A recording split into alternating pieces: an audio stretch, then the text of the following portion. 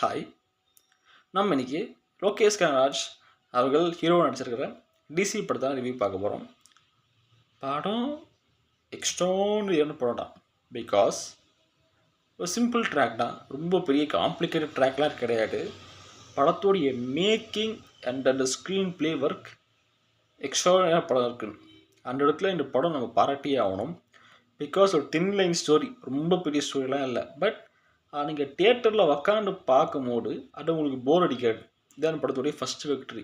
Second victory, படத்துடைய characters அலைனாக இருக்குது அந்த ஸ்டோரிக்கு.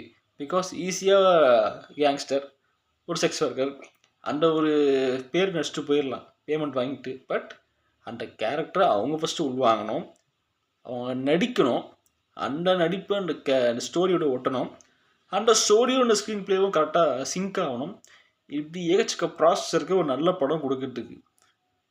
அந்த விதத்தில் இந்த படம் நிச்சயமாக இந்த ப்ராசஸை பூர்த்தி பண்ணி தான் சொல்லி ஆகணும். படத்துடைய ஒன்லைன் பார்த்தீங்கன்னா, ஒரு கேங்ஸ்டர், ஒரு செக்ஸ் ஒர்க்கர், ஒரு போலீஸான கொல்லணும்னு சொல்லிட்டு ஒரு முடிவு எடுத்துட்டாங்க. இதை பேஸ் பண்ணி அந்த படம் போகும். ஆடியன்ஸுக்கு என்டர்டெயின்மான ஒரு படம். ஆனால் இது படம் ஃபஸ்ட்டே சொல்லிடுறேன், இது ஃபேமிலி ஆடியன்ஸ்லாம் இந்த படம் போக முடியாது.